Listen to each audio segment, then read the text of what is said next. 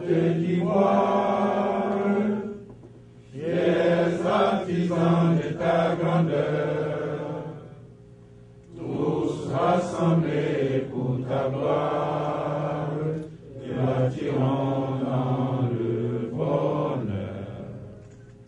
Les Ivoiriens, le pays nous appelle, si nous avons dans la paix ramené la liberté, notre devoir sera d'être un modèle de l'espérance promise à l'humanité, en forgeant unis dans la foi nouvelle, la patrie de la vraie fraternité.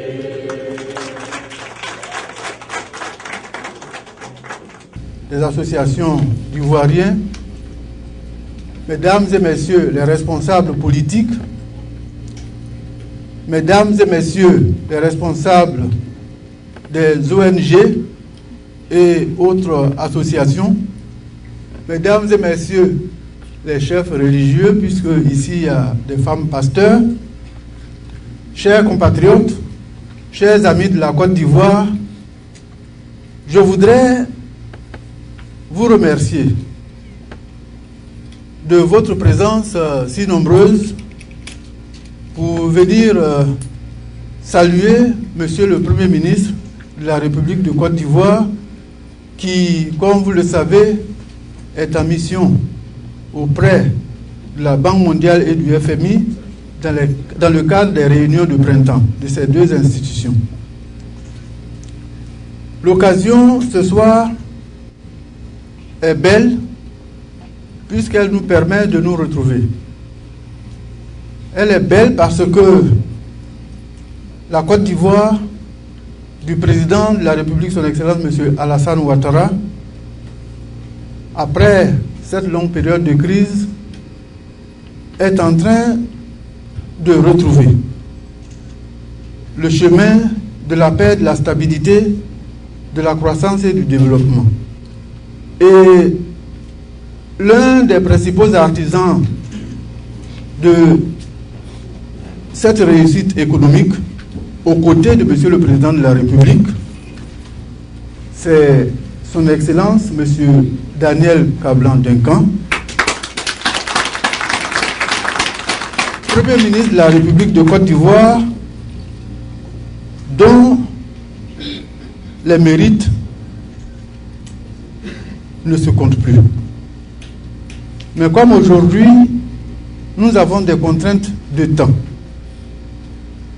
je vais juste me contenter de vous dire que la volonté de vous rencontrer de la part de Monsieur le Premier ministre a été si forte qu'en dépit de son calendrier extrêmement chargé, parce que en plus d'être le chef de la délégation de Côte d'Ivoire, il est aussi le président d'une multitude d'institutions dont la Côte d'Ivoire a la responsabilité au niveau de ces institutions de Bretton Woods.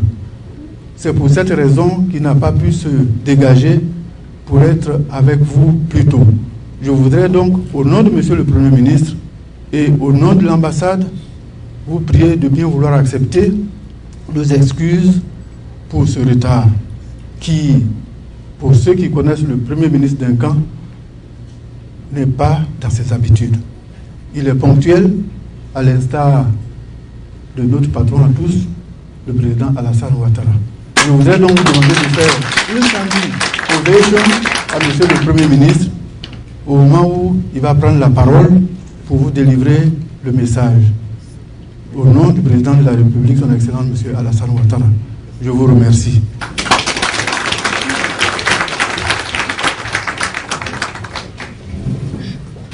Monsieur le Premier ministre, les Ivoiriens ont l'honneur de recevoir votre message.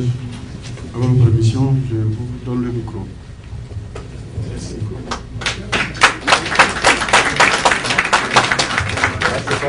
Oui, c'est vers là-bas.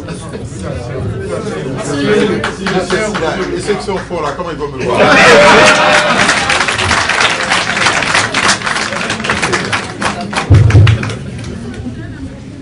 Je vais suivre les traces de l'ambassadeur. Je crois que je vais me mettre ici, de manière à permettre à ceux qui sont donc au fond, peut-être, qu'on puisse donc se voir, n'est-ce pas? Voilà. Très très bien. Excellence, monsieur l'ambassadeur, puisque c'est vous qui nous recevez, monsieur le ministre de l'Industrie, monsieur le consul général,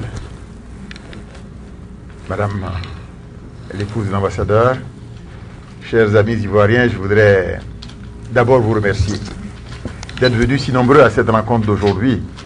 Et comme l'ambassadeur l'a indiqué tout à l'heure, vous présentez nos excuses parce que nous sortions tout à l'heure d'une rencontre de ce qu'ils appellent le comité de développement, qui est dirigé donc par le président de la Banque mondiale, et réunion au cours de laquelle, donc, étant porte-parole du groupe 2 d'Afrique, des pays francophones notamment, nous avons dû intervenir. Et on vient donc de sortir de là-bas pour venir vous voir. Donc nos excuses pour ce décalage dans le temps, qui est effectivement, pour une fois en tout cas, disons que pas dépendant de notre volonté. Et je crois d'ailleurs tout à l'heure, de ce que l'ambassadeur m'a indiqué, nous devons participer à une cérémonie organisée par une ONG pour, disons, Mo Ibrahim. Donc ce que je vais faire, c'est peut-être faire une introduction rapide et surtout vous permettre de poser des questions, si d'aventure vous souhaitez donc intervenir, pour permettre d'avoir quelque chose de plus interactif et de plus vivant. Voilà. Je vais d'abord dire de manière globale, je crois que l'ambassadeur a parlé de ça tout à l'heure, que sous l'égide du président de la République, son excellence Alassane Ouattara, la Côte d'Ivoire est en train donc de repartir très très vite sur plusieurs dossiers.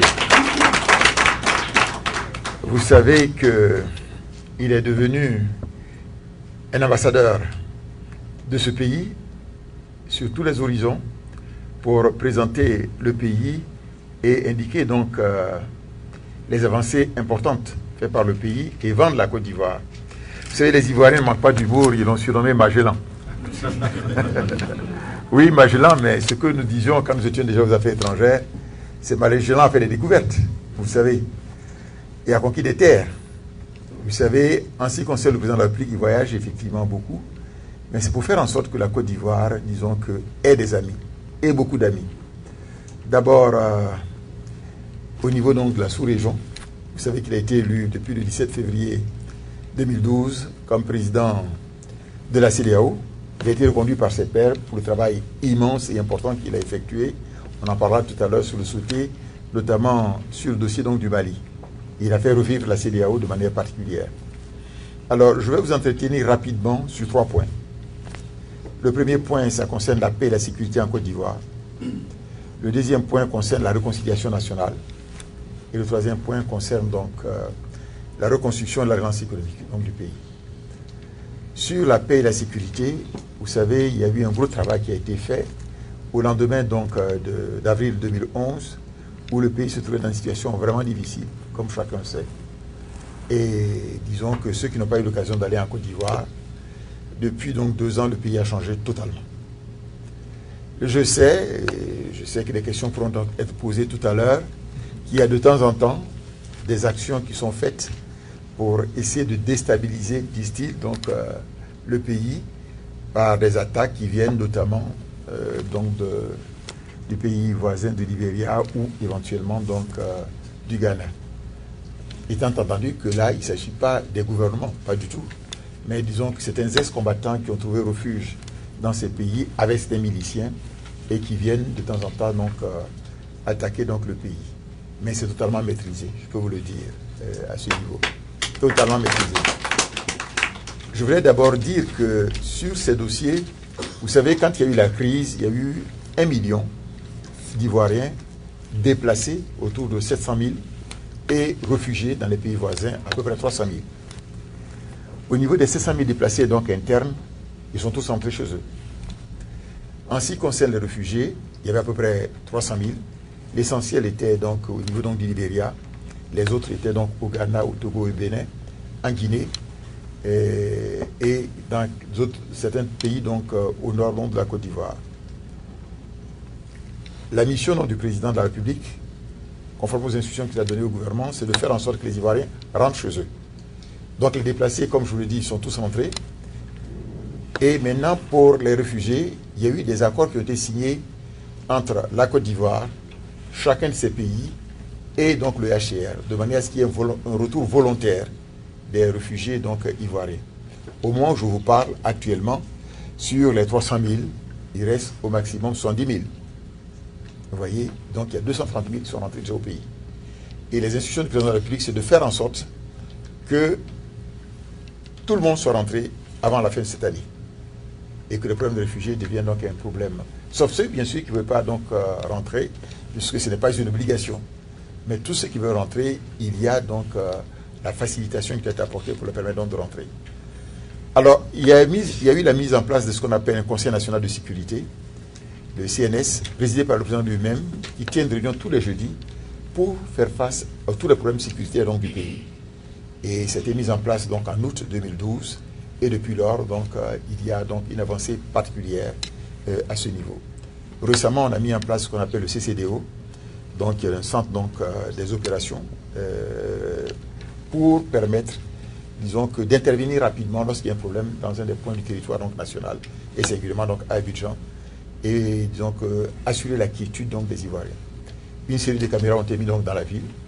Il va y avoir une accélération, disons, de ce nombre de caméras, une centaine de caméras nouvelles viennent d'être commandées et permettent donc de quadriller donc, le pays. Et chaque fois qu'il y a quelque chose, bon, écoutez, on doit pouvoir baraquer les éléments et savoir ce qui se passe. Vous savez qu'il y a eu les événements, malheureusement, de Boston ici. Ce sont donc les caméras et les éléments qui ont permis donc, de savoir ce qui s'est passé. Donc c'est la même chose qu'il faudrait donc, qui est en train d'être fait au niveau d'Abidjan. Donc la sécurité est un élément donc, important. Il faut être donc en amitié avec tous les pays voisins et faire en sorte que la Côte d'Ivoire n'ait pas maille à partir avec qui que ce soit. Et le fait que le président de la République est convaincu derrière ses pairs de sa volonté de coopérer a fait, bien sûr, comme je vous l'ai dit tantôt, qu'il a été donc désigné par ses pairs, disons que élu par ses pairs comme président donc, de la CEDEAO. Il a fait un travail immense, on pourrait donc en parler donc, dans les détails si vous le souhaitez.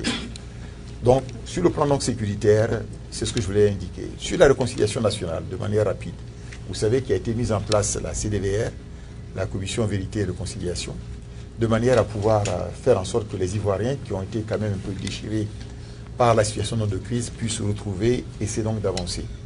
Cette commission donc, a mis donc, des structures au niveau donc, de chacune des régions pour que le travail puisse être relayé sur le terrain. Au niveau du gouvernement, nous avons travaillé pour faire en sorte que le dialogue avec l'opposition puisse avoir lieu et faire en sorte que nous puissions arriver à une normalisation de la vie politique. Parce que c'est important. On n'est pas des ennemis, on peut être des adversaires politiques, mais on est des frères. C'est fondamental de comprendre cela. Alors, quelque chose que les gens rencontrent, nous discutons avec eux.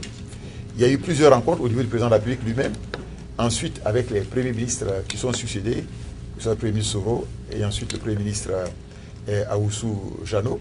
Et il y a eu notamment le séminaire donc, de Grand Bassam qui s'est tenu donc, en 2012 et qui a permis de mettre ce qu'on appelle le cadre permanent donc, de dialogue avec donc, les partis d'opposition. 11 partis d'opposition ont signé donc, le document à l'issue donc, de la rencontre de Yamoussoukro, mais le FPI n'a pas participé comme observateur, n'a pas voulu signer donc, le document. Voilà.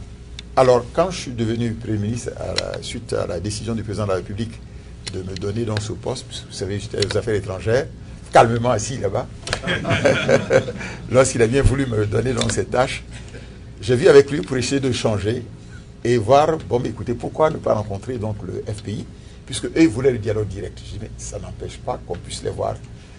Le président de la République a bien voulu donc l'accepter. Nous avons donc commencé le dialogue direct avec eux. Nous avons mis en place 4 commissions pour discuter. Il y a une avancée très rapide sur les dossiers.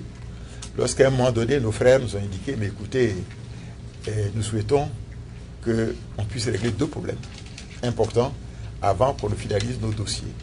Et les 2 dossiers, j'ai eu à en parler, c'est d'abord l'aspect relatif, disons que, aussi appelé donc la conférence, donc la rencontre au sommet, entre le président Ouattara et le président Gbagbo, et le problème de l'amnistie générale. Pour aller vite, vous avez indiqué que, vous savez, c'est quand même difficile de voir le président Ouattara aller à La Haye. Ils vont se rencontrer où dans le parloir, c'est pas aussi facile que ça. Et ça pose des problèmes. On veut discuter avec vous, sur place, mais disons que c'est un peu plus compliqué cet aspect du dossier. Et comment faire en sorte que quelqu'un qui a été transféré donc, au niveau d'une cour de justice internationale, la Côte d'Ivoire intervienne? Ça pose des problèmes donc, de droit. En ce qui concerne l'amnistie, nous avons indiqué, conformément d'ailleurs à ce qu'il y a plusieurs interventions du président de la République, qu'on a eu quand même une amnistie en 1995, quand il y a eu le Bokert actif, rappelez-vous. On a eu une amnistie qui est intervenue en 1999, après le coup d'État militaire. On a eu aussi une amnistie en 2003, une autre amnistie en 2007. Ça fait 4 amnisties. Ça n'a pas empêché que nous ayons ces déboires terribles après les élections donc, de 2010, avec, comme vous le savez, plus de 3000 personnes qui sont donc mortes. Peut-être la voie de l'amnistie et de l'impunité, peut-être n'est pas la meilleure voie. Le président de la République a toujours dit qu'il faut qu'il y ait donc la justice. Il faut rendre quand même la justice aux victimes. Parce que ces victimes ne sont pas seulement d'un camp, mais des deux camps, passez-moi le terme.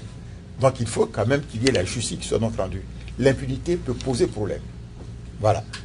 Et sur ce côté, bien sûr, on n'est pas tombé d'accord sur cette approche. Et il veut une amnistie générale. Après, il va y avoir la repentance. Et ensuite, disons que la réconciliation. Nous avons dit, mais écoutez, s'il y a l'amnistie, mais à quoi ça sert d'aller ensuite vers une repentance? La personne ne va même pas venir puisqu'elle a été amnistiée. Amnistiée veut dire quoi? C'est l'oubli, le pardon de toutes les fautes. C'est comme si la faute n'a pas été commise. C'est différent de la grâce. Voilà. Donc, sur ce point, on n'a pas été donc d'accord. Ils n'ont pas voulu participer aux élections donc locales parce qu'ils voulaient que ça ait lieu en 2014. Nous estimons qu'il y a un mandat qui a commencé depuis 2011. Si on va aller jusqu'à 2014, c'est-à-dire c'est une année, et disons que la fin du mandat du président de la République, ça ne colle pas. Voilà un peu le point de divergence. Mais cependant, on est tombé d'accord qu'après les élections donc locales, nous allons retrouver pour continuer les discussions et aboutir à un certain nombre de dossiers qui concernent notamment les problèmes sécuritaires, comment donc protéger les gens, donc les partis d'opposition, leurs biens, leurs sièges sociaux, le problème donc de la communication, comment leur permettre d'accéder aux médias donc d'État, les problèmes de financement donc des partis, comment faire en sorte quelle c'est la nouvelle base, le dossier donc de la CEI nouvelle, etc. Donc il y a des points vraiment importants sur lesquels on a quand même fait des avancées et pour lesquels donc nous devons faire en sorte que ces dossiers donc soient clôturés le plus rapidement donc possible. Sur le dossier donc le troisième point qui est le dossier donc de la reconstruction de la relance économique, nous avons fait aussi des efforts vraiment importants. La Côte d'Ivoire était sinistrée, hein, disons qu'à l'issue donc de la période d'avril 2011, je veux dire, et du fait du travail important du gouvernement. D'abord, le gouvernement a été mis en place le 1er juin 2011. Les experts prédisaient donc une baisse de croissance de 10%. Finalement, ça a été contenu à 4,7% en 2011. Mais dès 2012, du fait donc du travail du gouvernement, la croissance est partie très très forte. On a atteint du 9,8%. 9,8%. C'est quand même important de le signaler. On a fait donc, une croissance qui est plus importante que celle de la Chine. Hein. Vous voyez, c'est vous dire. Et je dois dire que les prévisions initiales des institutions de Bretton Woods, Fonds monétaire, Banque mondiale, étaient de 8,1. Et ensuite révisé à 8,7. On a terminé à 9,8. Pour l'année 2013, nos prévisions sont autour de 9%. Et le président de la République a demandé que nous poussions la machine de manière à ce qu'en 2014, on atteigne ce qu'on appelle les deux chiffres, c'est-à-dire 10% en 2014 et ensuite le même chiffre au moins pour 2015.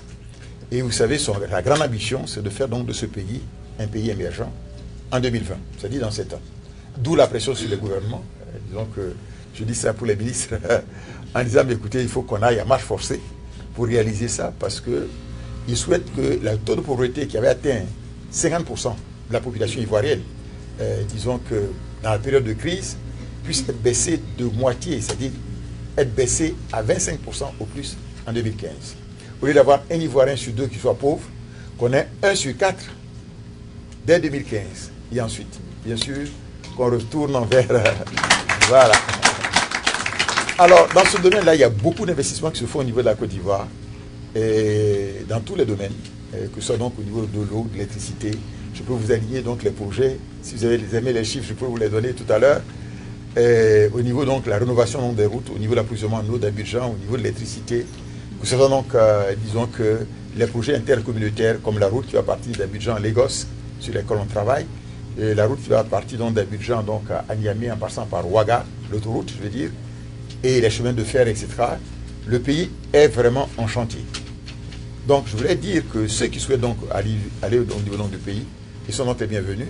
On pourrait donc échanger dans ce domaine de manière à permettre, disons, aux uns et aux autres de retourner donc dans le pays. D'ailleurs, quand on a fait des lancements donc d'appels d'offres à la candidature, vous savez, pour les postes des directeurs généraux, l'essentiel a été d'ailleurs emporté par ceux de la diaspora que vous constituez. Par exemple, le CPC, c'est un de la diaspora qui l'a emporté, le Centre de promotion des investissements en Côte d'Ivoire. Ça a été la même chose pour la SNDI, disons que la société en charge donc de l'informatique en Côte d'Ivoire, etc., etc. Donc, ça veut dire que vous êtes un réservoir important de cadres qui peuvent apporter leur savoir-faire. J'ai rencontré récemment des Ivoiriens, dans le cadre de notre séjour, qui sont prêts à venir en Côte d'Ivoire. Ils veulent mobiliser 115 milliards de francs CFA pour monter, disons que, un établissement, financier, pour financer le logement en Côte d'Ivoire. Donc on les a reçus. On va les encourager pour aller donc dans le pays. Ce dossier de logement, c'est important parce que certains de vous veulent avoir des logements donc en Côte d'Ivoire. Le ministre, disons que Sanogo, en charge donc du secteur donc du logement, de la construction de logements et l'urbanisme, a actuellement un recensement qui est en cours. Je pense qu'au niveau de l'extérieur, ça peut se faire aussi, pour savoir quels sont ceux qui ont besoin donc de logements et quels sont ceux qui sont à même, disons que, de payer ces logements. Un recensement, le premier jour, je crois qu'il y a eu une foule telle qu'on a dû décentraliser les choses au niveau de chacune des communes, et ça se fait à l'intérieur du pays. Le président de la République a pris un engagement de construire au moins 60 000 logements économiques pour la période d'ici 2015. J'ai demandé au ministre, à partir du moment où le président parlait de 60, vous faites 120. Comme ça, au moins, on est sûr que ça pourra donc atteindre le chiffre qu'il y a. Mais en réalité, on peut aller même plus loin. Nous avons approché différents bailleurs de fonds et il y a un engouement pour ce dossier donc, de la construction de logements. Il y a déjà une cimenterie qui se met en place, 500 000 tonnes de capacité, qui va passer l'année prochaine à 1 million de tonnes. Même les unités qui sont sur place, le ministre de l'Industrie est là, vont doubler leur capacité de 1,4 million tonnes à 2,8 millions tonnes. C'est-à-dire qu'on aura suffisamment de gens, disons, de possibilités pour construire les logements donc, en Côte d'Ivoire. Le pays est en marche.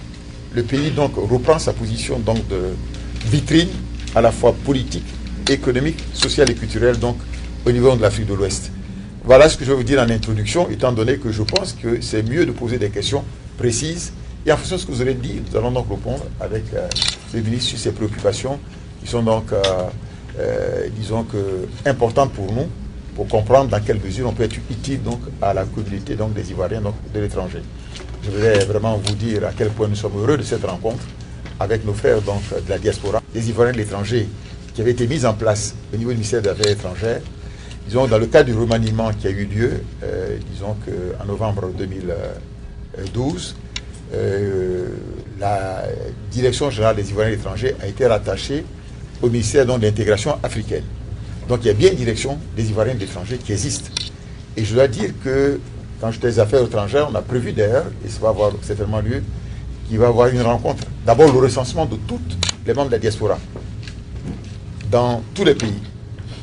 L'INS est en train donc de finaliser ce dossier pour que le recensement puisse se faire. Et la deuxième chose, nous allons avoir donc une rencontre à Abidjan avec la diaspora. Chacune donc des communautés va désigner des représentants pour cette rencontre dont les dates vont être arrêtées avec le ministre en charge donc, de l'intégration africaine, de manière à ce que nous puissions comprendre vos préoccupations et les prendre en compte pour que le gouvernement règle vos préoccupations non fondamentales. Voilà quelques éléments que je voulais vous indiquer. En vous remerciant encore une fois d'être venus nombreux et vous dire que vous serez de plus en plus fiers à la fois donc, de votre pays et fiers de l'action que met le président Alassane Ouattara à la tête. C'est donc, il avait dit, c'est ado. Il apporte donc les solutions au problème du pays. Merci beaucoup. Merci.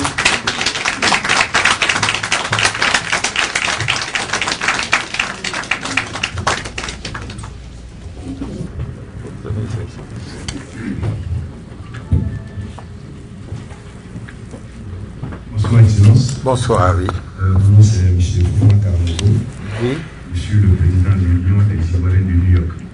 Ok.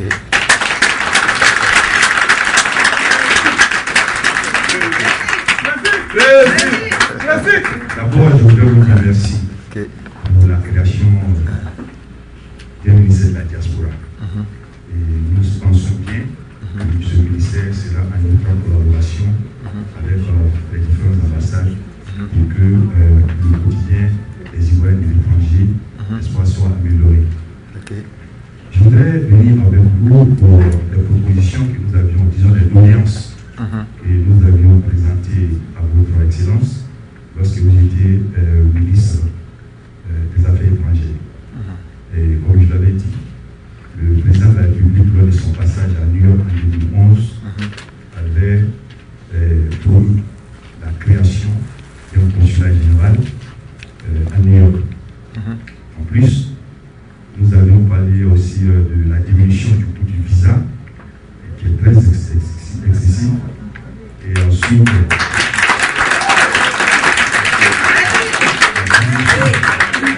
les classes citoyennes sur les effets personnels pour ceux qui désirent entrer en Côte d'Ivoire. Et aussi une bourse d'études pour les étudiants étrangers qui veulent venir faire des études aux États-Unis. Les étudiants étrangers?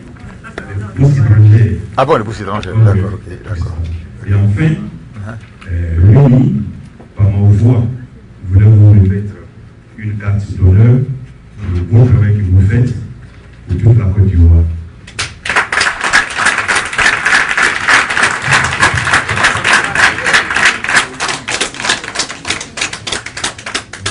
Ce soir, Excellence, vous êtes membre d'honneur de l'Union des Ivoiriens de New York.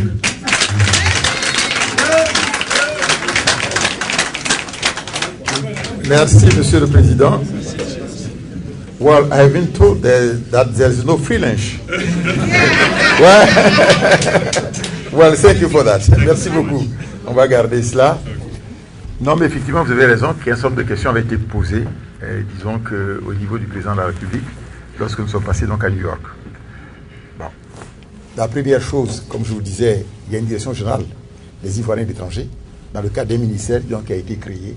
Je vais indiquer d'ailleurs qu'en 2013, vous allez avoir une rencontre au niveau d'Abidjan, au niveau de la diaspora. Donc ces questions vont être débattues. Commencez déjà à préparer vos dossiers de manière à ce que la rencontre qui aura lieu, à la fois ceux qui sont aux États-Unis, que ce soit donc à New York, Washington ou bien à Los Angeles, etc., est un document unique pour aller donc de l'avant. Il y en a qui sont en Chine, il y en a qui sont en France, pour qu'on puisse synthétiser ça et aller de l'avant. La deuxième chose que vous avez donc évoquée, c'est le problème du visa. Effectivement, cette question a été examinée. Alors, il y avait plusieurs choses sur le visa. Il y avait le problème donc de la baisse donc du coût. Première chose qui avait donc été évoquée. La deuxième chose, c'est d'avoir donc un visa à entrée multiple qui permettait de rentrer et de sortir. Ouais, je n'ai pas oublié tout ça.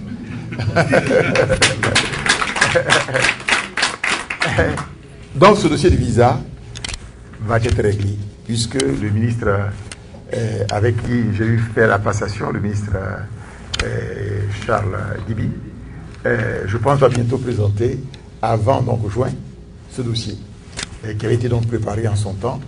Il voulait s'assurer avec le ministère de l'Intérieur qu'on est d'accord de manière à ce que ce dossier va être présenté. Il va y avoir une forte diminution des coûts. Voilà. Et on va faire des visas à entrée multiples à durée plus longue. Voilà un peu les principes. Mais je préfère que la communication dise les montants et tout ceci, mais ce dossier est pratiquement finalisé sur cette question.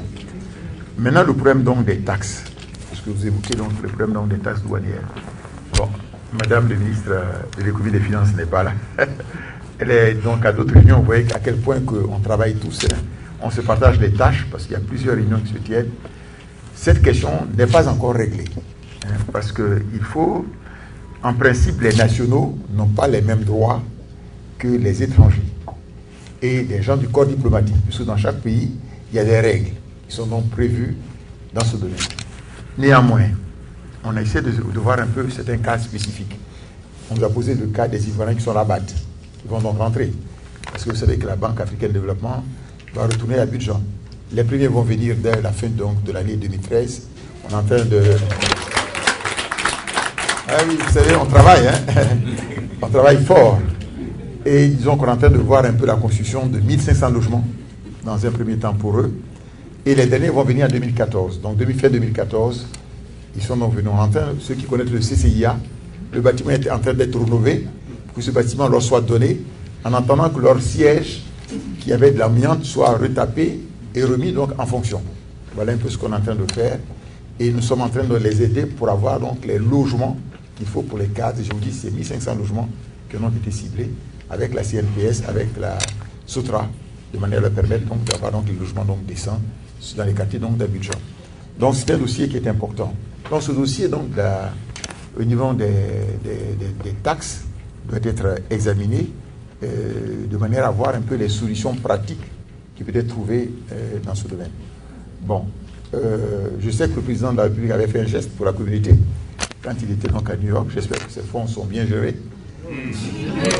Ah, oui.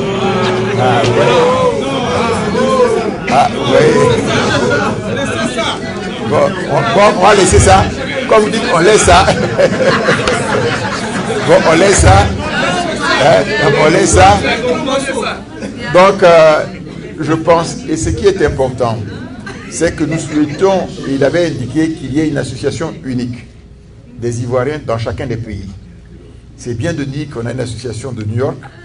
Je sais qu'il y a une association dans tel endroit, à Houston, Atlanta, mais il faut qu'on arrive à avoir une association unique pour l'ensemble des États-Unis. De manière à ce que vous ayez un représentant, bien sûr, entouré, je l'ai dit, quand je suis allé à New York, disons qu'au moment donc, de la réunion des Nations Unies la dernière fois, de manière à ce qu'on ait un représentant par pays. Ça n'empêche pas d'avoir des représentants par chose, mais vous vous rencontrez et on fait élire un, que ce soit votre porte-parole, pour chacun des pays, comme on a demandé de faire en France, comme ça existe déjà dans d'autres pays, comme vous savez, en Guinée équatoriale. Voilà. En Guinée équatoriale, vous savez, il y a quand même 1 millier d'Ivoiriens en Guinée équatoriale. Mais ils ont un porte-parole, vous voyez ce que je veux dire. Donc il faudrait qu'on arrive à cela de manière à ce que la diaspora parle d'une seule voix pour chacun des pays. Et c'est plus facile pour pouvoir le faire faire. Je sais bien qu'on aime bien tous le président, mais quand même. Voilà ce que je vais dire un peu sur la question non posée. S'il y a d'autres questions, on va les prendre. Okay. Alors, j'ai une question pour vous. C'est surtout par rapport à la gestion du pays. Nous savons que l'Assemblée nationale est composée à près de 50% du RDR, 80 à 90% vous avez du RHDP. Pourquoi avez-vous besoin de gérer encore le pays par ordonnance? Très bien.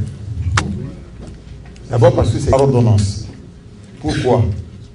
C'est quand il y a des urgences, quand il y a les vacances parlementaires et qu'il y a des urgences, notamment en matière économique, le président de la République peut donc intervenir par ordonnance. Ça a été fait. Ce n'est pas la première fois que ça se fait. Déjà du temps du président Félix Houphouët-Boigny, du président donc Henri Konan Bédié, etc., jusqu'au président Ouattara. De quoi s'agit-il concrètement là? Actuellement, vous avez la Côte d'Ivoire qui est sur plusieurs fronts. Nous devons faire en sorte que vous ayez les impatiences, vous entendez, tout le monde veut faire que les choses aillent vite. Nous devons prendre, disons que des textes dans le cadre de ce qu'on appelle le Doing Business. On doit prendre aussi des textes dans le cadre du MCC, Millennium Challenge Corporation, pour lequel vous savez qu'il y a quand même 800 millions de dollars qui sont en jeu. Ça fait 400 milliards donc de francs CFA. Les textes sont prêts, l'Assemblée n'est pas en fonction, qu'est-ce qu'on fait? Or, il y a des délais qui ont donc été fixés, qui sont des délais de fin avril. Fin avril. Est-ce que, parce que l'Assemblée n'est pas en fonction, on va attendre et manquer tout cet argent? Ou faudrait-il qu'on le fasse? Alors, quand on fait les ordonnances, ça veut dire que quand le président de la République a pris l'ordonnance, ça ne veut pas dire que c'est terminé. On doit après aller à l'Assemblée nationale, dans un délai maximum d'1 an, enfin avant la fin de l'année, pour confirmer les éléments concernés. Vous voyez ce que je veux dire? Donc, ce n'est pas d'abord nouveau. Ce n'est pas le président Ouattara qui a commencé les ordonnances, ça existe déjà. Tous les présidents l'ont utilisé jusqu'à présent. Et parce qu'il y a urgence, l'Assemblée nationale est en vacances parlementaires, elle va bientôt s'ouvrir, mais il faut que les textes sortent. Voilà pourquoi un tel texte est dans une telle décision a été prise. Voilà. Bonsoir. Bonsoir. Je suis Mettez-vous par là, il semble que les autres ne vous voient pas. C'est pourquoi ils commencent à grogner, ils ne voient pas votre tête. Mettez-vous devant ici, là, ils vont vous voir. Hein. Ah, voilà. Allez-y. Oui, bonsoir, Excellence. Oui, bonsoir. Je suis Mathieu Babré, journaliste, oui. directeur de télévision, Okay. ex-attaché de presse de la mission de Côte d'Ivoire à l'ONU. Bien. J'ai beaucoup de préoccupations, mais je réserve ça pour l'émission de demain avec mon ami Jacques Roger. Je vais juste vous soumettre deux petites points du régime de notre président Ouattara. Par la voix de son ambassadeur à Abidjan, ont réclamé une justice impartiale à votre gouvernement. Et ceci vient, bien sûr, à la suite de nombreuses déclarations d'ONG qui ont abondé aussi dans le même sens. Toutes ces entités, bien sûr, demandent donc à votre gouvernement un engagement pour combattre l'impunité en Côte d'Ivoire. Bien sûr, pour eux, c'est un aspect très important pour la réconciliation dont vous avez parlé tout à l'heure. Monsieur le Premier ministre, est-ce que vous avez quelque chose à dire à propos de cette injustice que tout le monde condamne aujourd'hui? Ça, c'est la première question. Oui. Maintenant, la préoccupation que je vais vous soumettre est un peu personnelle. Je représente ici un collectif de licenciés de la mission de Côte d'Ivoire aux États-Unis. Ce sont 3 à 4 personnes qui n'ont pas voulu trimballer leur propre pays devant les tribunaux ivoiriens. Et ceci, suite à votre... vous avez envoyé une note de service à toutes les ambassades qui exigeait que toutes les ambassades là payent les droits de licenciement de tous les employés qui ont été licenciés. Parce que certains employés trimballaient leur propre pays devant la justice et cela coûtait beaucoup à l'État. Nous nous sommes fait nôtre, cette note-là, on ne pas donc trimballer notre pays devant la justice. Il s'est avéré que depuis notre licenciement... Si vous pouvez aller vite, parce qu'il y a d'autres qui attendent. Voilà. Posez la question, on va répondre à la question. Depuis notre licenciement, oui, jusqu'à la date où nous avons reçu nos droits de licenciement, il s'est écoulé 11 mois. Et d'après les informations qu'on a eues, à partir du mois où l'État n'a pas été capable de payer nos droits jusqu'à une période de 11 mois, l'État devait en principe nous payer les salaires de ces 11 mois. Cela n'a pas été le cas. Je voulais vous soumettre cette situation pour voir quel chemin nous devons prendre. D'accord. Alors, sur la première question, le problème donc de la justice, de l'injustice. Effectivement, je vous ai indiqué tout à l'heure que le président de la République a indiqué donc partout qu'il ne doit pas avoir d'impunité en Côte d'Ivoire. Je l'ai dit tout à l'heure. Et que la justice doit concerner les deux camps. Bien. Les gens disent, mais écoutez, mais pourquoi on ne voit que des pros, pas beau, c'est ce que vous dites réellement, arrêtés, et pourquoi pas des pro-Ouattara, c'est ce qu'on entend tout le temps dans ce domaine là-bas. Et je sais que tout le monde se fait l'écho, quelquefois sans bien comprendre le pourquoi de ces éléments concernés. Alors sur ces dossiers, je crois que dans la conférence de presse que j'ai eue donc à Abidjan, je me suis expliqué sur ces questions là-bas. D'abord, parce que ceux qui sont concernés dans un premier temps, ce sont ceux qui ont été pris en flagrant délit après les événements qui ont eu lieu en avril 2011 pour, disons, qu'atteinte à la sécurité de l'État, pour, disons, que commission donc, de vol, vous savez que la BCAO a fait l'objet donc d'un pillage de près de 300 milliards de francs CFA qui sont partis, etc. Oui, mais écoutez, vous savez, il y a eu donc un certain nombre d'actions qui ont donc été commises par, disons, que l'ancien gouvernement. Ce sont ceux-là qui ont donc été arrêtés à ce moment-là. Et qu'est-ce qui s'est passé par la suite? Le président de la République a fait mettre en place une commission nationale d'enquête. Cette commission nationale d'enquête, parce que quand on a mis en place, les gens d'abord se disaient la commission nationale d'enquête ne va jamais aboutir. Cette commission nationale d'enquête a rendu ses conclusions. Et dans ces conclusions, passez-moi le terme, les deux camps ont été incriminés. Vous voyez? Et les gens se disent, bravo, ça a donc été fait. Mais ce que vous devez retenir à ce niveau, depuis lors, aucun des deux camps n'ont été arrêtés.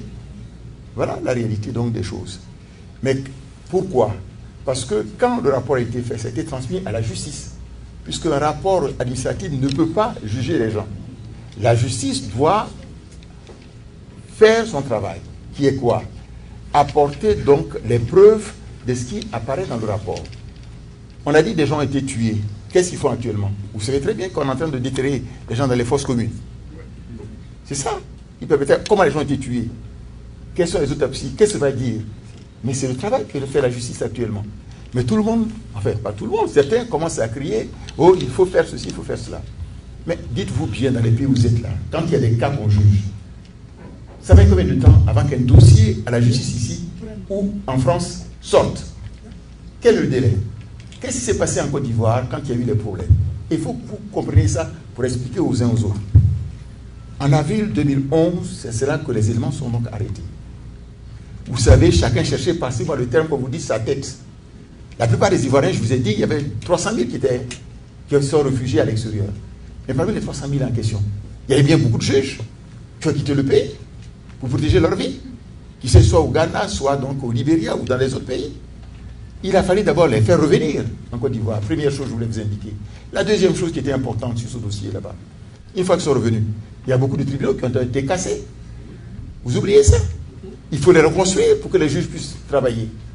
Vous voyez ce que je veux vous dire concrètement? Et ensuite, ce sont des réalités concrètes. Et ensuite, une fois qu'ils ont été faits, maintenant, il faut qu'ils aient les dossiers pour pouvoir les instruire.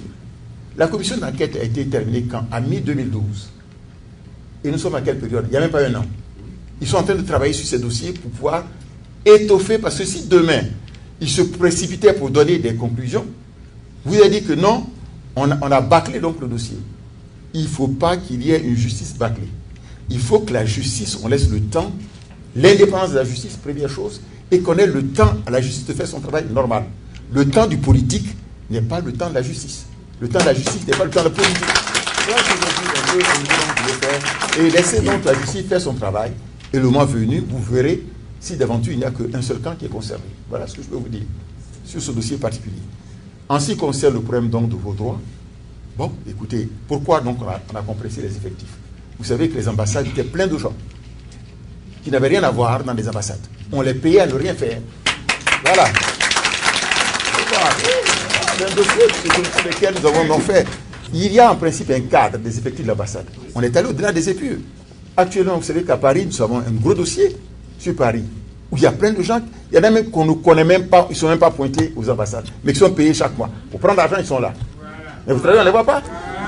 Oui. Donc voilà. Il y a donc une norme qu'il faut faire au niveau des ambassades, de manière à faire en sorte que ça puisse donc aller donc de l'avant. Donc je voulais vraiment vous dire ça pour que vous compreniez. Alors une fois que c'est fait, s'il y a des droits, les droits doivent être payés. Voilà ce que j'indique là-bas. Maintenant vous dites qu'il y a un problème de délai, ça je n'ai pas l'information. Malheureusement j'ai quitté les affaires étrangères, mais je veux voir avec le ministre Dini, qui regarde ce dossier. Si réellement c'est une réalité, c'est la réalité, conformément donc au droit, on verra. Si ce n'est pas le cas aussi, on vous dira ce qu'il en est. Mais nous estimons que le droit doit être respecté. Voilà ce que je vais vous dire un peu dans ce domaine là-bas. Et on regardera s'il y a des droits qui sont payés.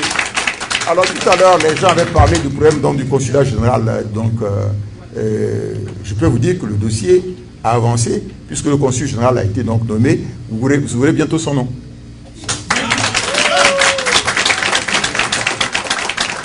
Ok. Bon. Thank you. Aux États-Unis. Thank you.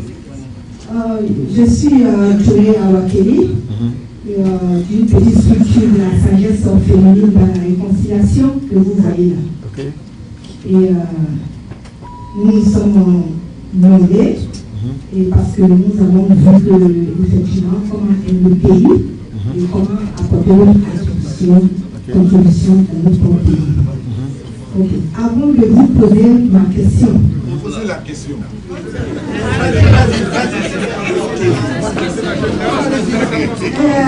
Avant de vous poser ma question, je vous en prie, notre pays aujourd'hui, comme il vient tous de le dire, concernant aujourd'hui par la paix et la réconciliation. Donc, nous ne pouvons pas se dire, même si effectivement nous n'avons pas assez de temps, je pense que pour parler de la paix, on peut activer ces numéros pour ça. Je vous remercie. Son Excellence, et nous avons côtoyé, comme je vous vois aussi, à la télé, travailler et essayer de dialoguer avec nos frères et sœurs de l'opposition au pays. Et nous aussi, nous avons fait la même chose ici. Et de différents délégués de différents partis politiques. Et même à rencontrer les sages de chaque communauté. Et nous sommes en processus avec l'aide de nos ambassadeurs, Son Excellence Baouka Diabaté et Son Excellence Bamba. La question. Donc, avec ce processus, nous sommes en train, sur notre plan de travail, nous demandons votre collaboration et votre aide. Et si nous parlons de votre aide, ce n'est pas une aide financière, morale et votre expérience.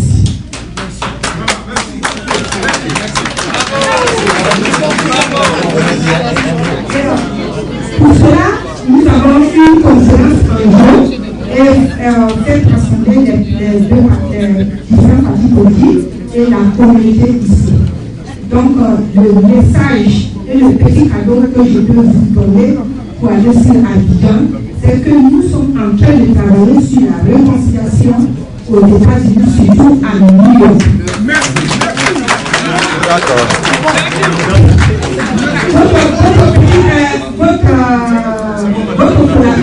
Votre aide que vous pouvez nous accorder, c'est pour nous amener à une visite officielle et conférencier d'Abidjan pour venir mettre le reste de notre travail sur le terrain.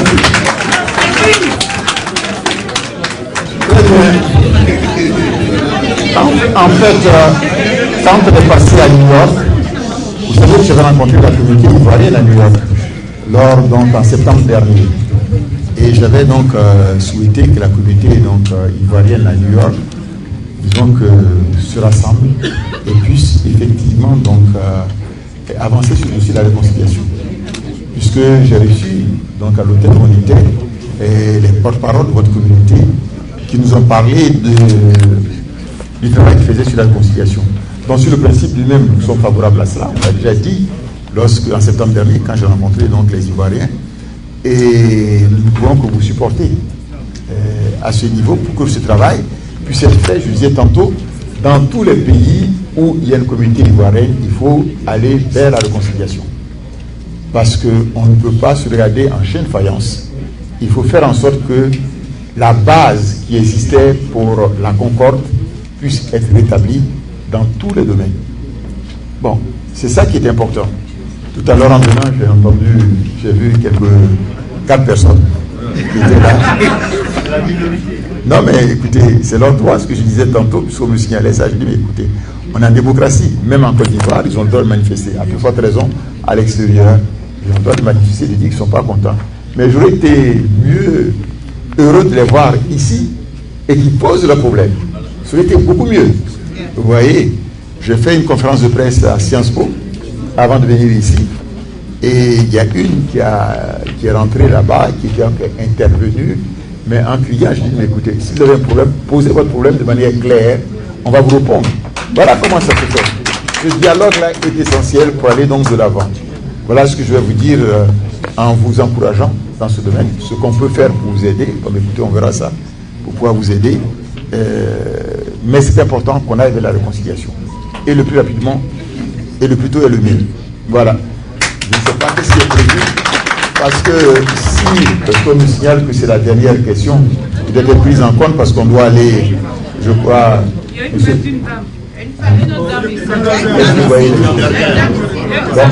si c'est le cas, parce qu'on nous signale qu'on doit aller au niveau de Ibrahim, là, la cérémonie de tout à l'heure, je voudrais d'abord vous remercier d'être venus si nombreux. Je suis vraiment navré qu'il y ait cette cérémonie. Si j'ai pu me faire représenter, moi, je serais resté avec vous autant qu'il faut. parce que ce n'est pas souvent qu'on se voit. Et peut-être la prochaine fois, si je viens, on va le mettre tard pour qu'on puisse, à New York, on est déjà passé là-bas. Il faut aussi que ceux de Washington aussi nous voient et qu'on parle avec eux. Alors je voulais vous dire d'abord grand merci pour votre déplacement. Grand merci d'être des ambassadeurs, appuyant donc l'ambassadeur officiel dans la tâche que vous faites. C'est par votre comportement qu'on va juger donc la Côte d'Ivoire. Et si vous avez un comportement qui est digne, c'est la Côte d'Ivoire qui aurait donc un bon comportement. Donc je voulais vous remercier. J'ai demandé qu'on puisse remettre, disons que 20 000 $ à l'ambassadeur pour la communauté. Et maintenant, il verra avec vous comment ça se passera. Voilà. Encore une fois, grand merci et à bientôt.